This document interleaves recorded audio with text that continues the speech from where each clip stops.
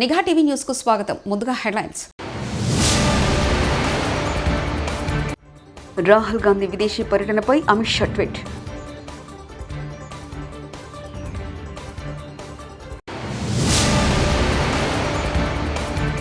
ఆంధ్ర రాష్ట్ర చరిత్రలో ఇంత దుర్మార్గమైన పాలన ఉండదేమో వైఎస్ జగన్.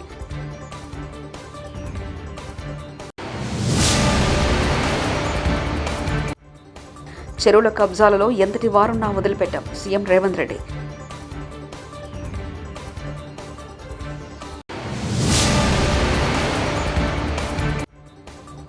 కొల్లేరు పరివాహక ప్రాంతాల్లో సీఎం చంద్రబాబు వివాహాంగ వీక్ష.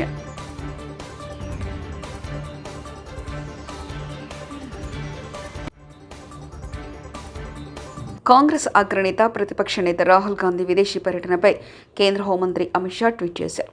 దేశ వ్యతిరేకంగా మాట్లాడడం, దేశాన్ని విచ్ఛిన్నం చేసేందుకు ప్రయత్నిస్తున్న శక్తులకు అండగా నిలవడం రాహుల్ గాంధీకి, కాంగ్రెస్ పార్టీకి అలవాటుగా మారింది. జమ్మూ కాశ్మీర్లోని జేకేఎన్సీ దేశ వ్యతిరేక, రిజర్వేషన్ వ్యతిరేక ఎజెండాకు మద్దతు ఇవ్వడం ద్వారా దేశ ప్రజల మనోభావాలు దెబ్బతీస్తున్నాయి. రాహుల్ గాంధీ విదేశీ గడ్డపై భారతదేశానికి వ్యతిరేకంగా మాట్లాడుతూ దేశ భద్రత మనోభావాలను దెబ్బతీస్తున్నారు. భాష నుండి భాష, ప్రాంతం నుండి ప్రాంతం, మతం నుండి మతానికి వివక్ష గురించి మాట్లాడడం రాహుల్ గాంధీ విభజన ఆలోచనకు తెలియజేస్తుందని తెలిపారు. ఆంధ్ర రాష్ట్ర చరిత్రలో ఇది దుర్మార్గమైన పాలన ఉండదేమో. విజయవాడలో నారా చంద్రబాబు నాయుడు వ్యవహార శైలి, ప్రభుత్వ ఫెయిలియర్తో 60% మందికి పైగా చనిపోయారు. రాష్ట్రం వర్షాలతో అతలాకుతలం అవుతున్న వేళ ట్రాఫిక్ను డైవర్ట్ చేయడానికి మాజీ దళిత ఎంపీ నందిగం సురేష్ను అరెస్ట్ చేశారంటూ వైఎస్ జగన్, వైఎస్ఆర్సీపీ అధ్యక్షులు అన్నారు. ఆ రోజు ఏం జరిగింది? తెలుగుదేశం పార్టీకి సంబంధించిన అఫీషియల్ స్పోక్స్ పర్సన్ పట్టాభి అనే వ్యక్తి ఆ రోజు సిట్టింగ్ ముఖ్యమంత్రిగా ఉన్న అప్పట్లో సిట్టింగ్ ముఖ్యమంత్రిగా ఉన్న వ్యక్తిని బోసుడీకే అని తిట్టాడు. బోసుడీకే అంటే ఏమిటో తెలుసా? తెలుగుదేశం పార్టీ కార్యాలయంలో తెలుగుదేశం పార్టీ అధికార ప్రతినిధి ముఖ్యమంత్రిని ఆ రోజు అన్న మాట లంజా కొడక అని.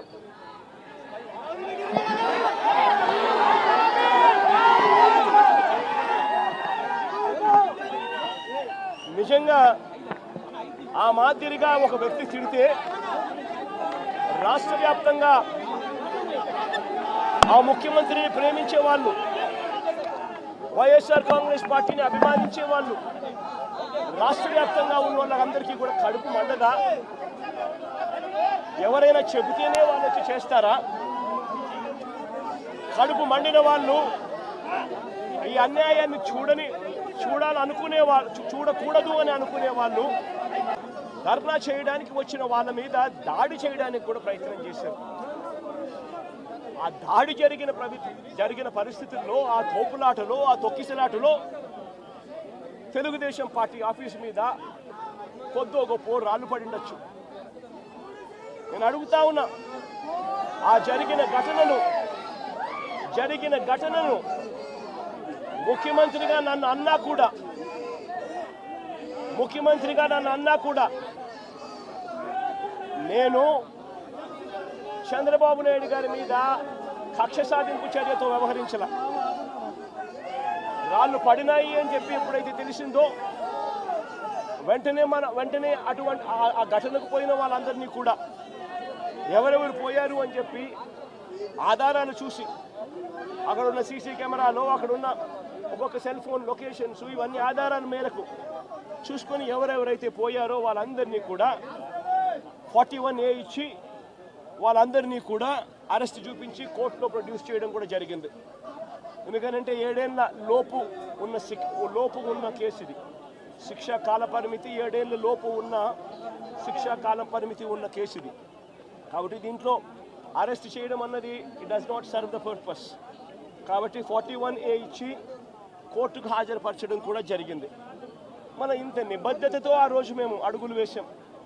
ఇంత నిబద్ధతతో ఆ రోజు నిబద్ధతతో అడుగులు వేసి వాళ్ళందరినీ కూడా హాజరుపరిచి 41A కింద వాళ్ళందరికీ కూడా నోటీసులు ఇచ్చి వాళ్ళందరినీ కూడా కోర్టు ప్రొడ్యూస్ చేశారు.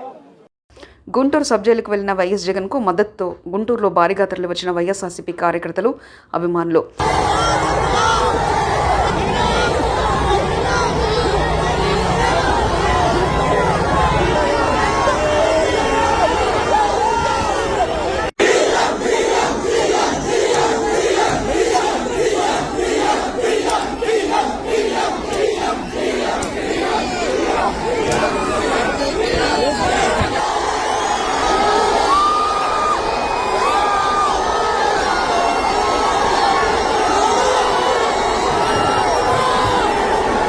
చెరువుల ఆక్రమణల వెనుక ఎంత గొప్ప వ్యక్తులున్నా వదిలిపెట్టే ప్రసక్తి లేదని ముఖ్యమంత్రి రేవంత్ రెడ్డి వెల్లడించారు.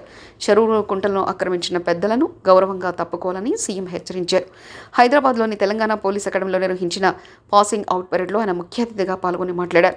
మూసీ పరివాహక ప్రాంతంలో పేద అక్రమాలు ఉన్నాయి. వారి పట్ల ప్రభుత్వం మానవతా ధోరణితో వ్యవహరిస్తుంది. మూసీ వెంట ఉన్న 11,000 మంది బాధితులకు డబుల్ బెడ్రూమ్ ఇల్లు ఇస్తామని సీఎం రేవంత్ రెడ్డి స్పష్టం చేశారు. ఒకనాడు ఎక్కడి నుంచి హైదరాబాద్ నగరానికి తాగునీళ్ళు వచ్చేది కాదు. ఉస్మాన్ సాగర్, హిమాయత్ సాగర్ నుంచే లక్షలాది మంది హైదరాబాద్ బిడ్డలకు తాగడానికి నీళ్లు ఇచ్చారు. హైదరాబాద్ దాహార్తిని తీర్చిన ప్రాజెక్టులు గండిపేట, హిమాయత్ సాగర్. ఇలాంటి ప్రాజెక్టుల చుట్టూతా బాగా సంపాదించుకున్న వాళ్ళు, ఆగర్భ శ్రీమంతులు ఫామ్ హౌజులు కట్టుకున్నారు. వాళ్ళు ఫామ్ హౌజులు కట్టుకుంటే మనకు అభ్యంతరం లేదు. వాళ్ళు సంతోషంగా ఉండడమే మనకు కావాల్సింది.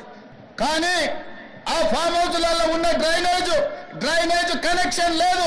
వాళ్ళ డ్రైనేజ్ తీసుకొచ్చి గండిపేట నీళ్ళలో కలిపిండ్రు.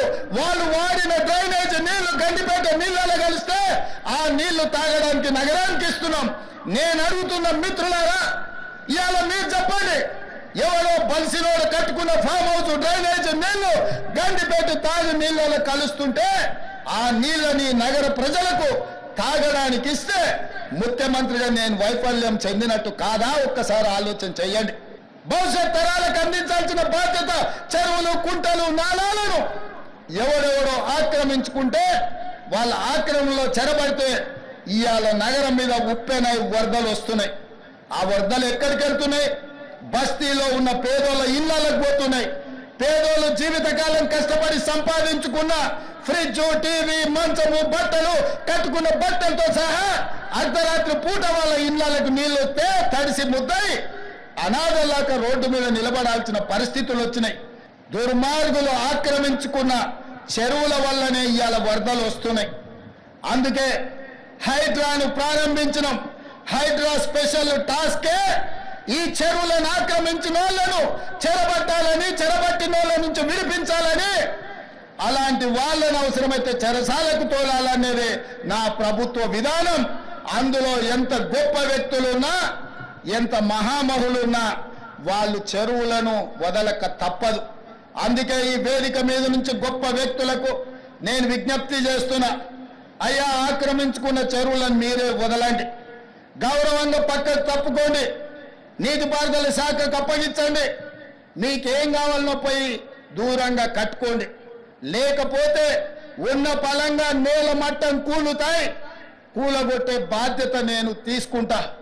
ఇవాళ ఎఫ్టీఎల్లో కానీ, బఫర్ జోన్లో కానీ, నాలాలలో అక్రమంగా నిర్మాణాలు ఏవైతే ఉన్నాయో వాటన్నిటినీ నిరభ్యంతరంగా మేము తొలగిస్తాం.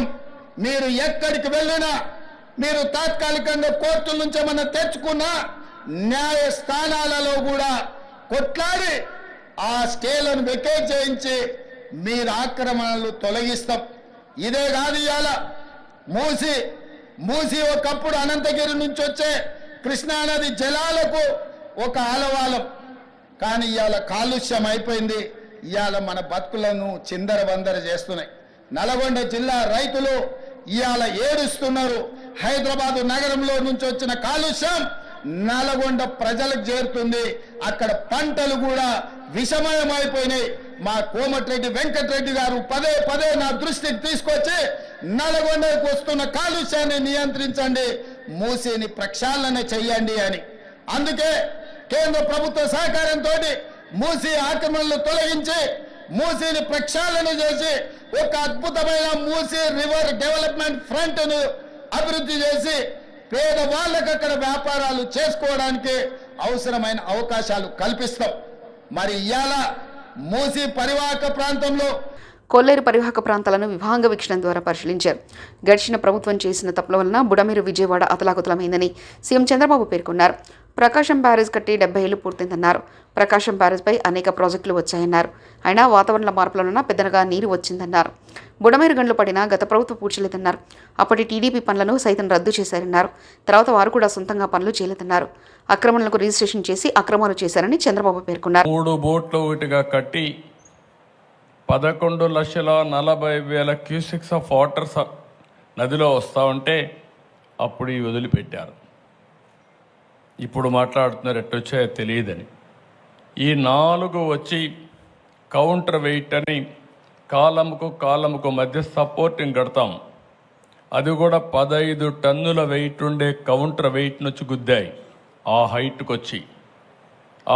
వచ్చి గుద్దితే ఆ కౌంటర్ వెయిట్ 2గా విరిగిపోయే పరిస్థితికి వచ్చాయి 3 కాలమ్స్లో.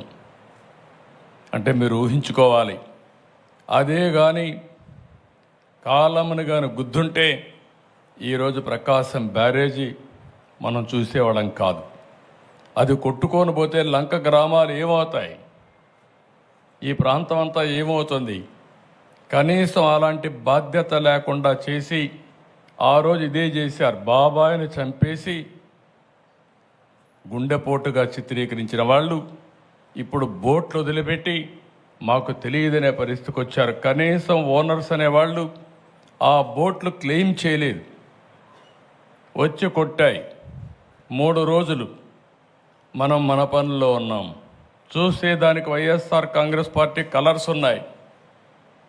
అయితే ఒక్కడు కూడా మాట్లాడకపోతే ఆ నెంబర్లు తీసుకొని వెరిఫై చేస్తే వీళ్ళంతా కూడా వైఎస్ఆర్ కాంగ్రెస్ పార్టీ ఫాలోయర్స్.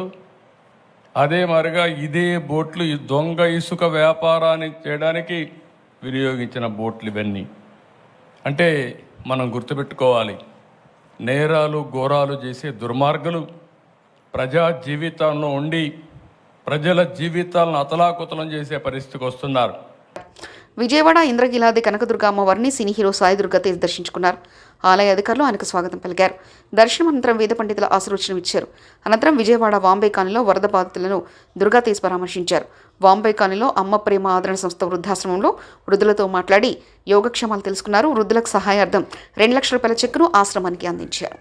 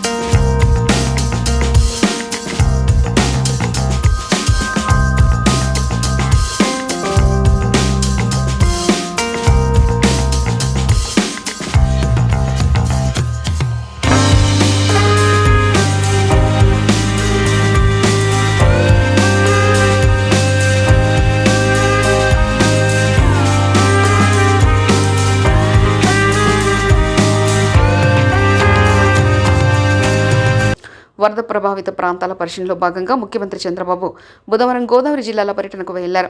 ఏలూరు జిల్లాలో వర్షాలకు దెబ్బతిన్న ప్రాంతాలను ఆయన పరిశీలించారు.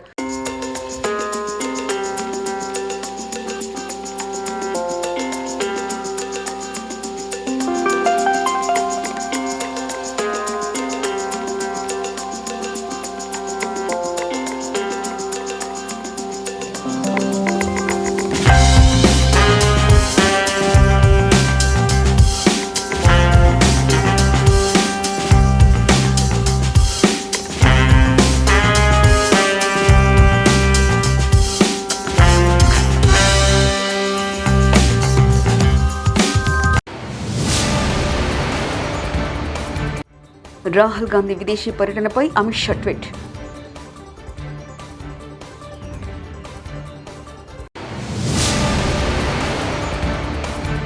ఆంధ్ర రాష్ట్ర చరిత్రలో ఇంత దుర్మార్గమైన పాలన ఉండదేమో వైఎస్ జగన్.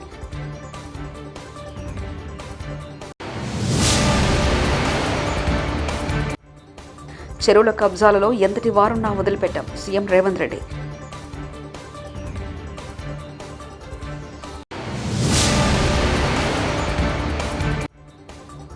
కొల్లేరు పరివాహక ప్రాంతాల్లో సీఎం చంద్రబాబు వివాహాంగ వీక్ష.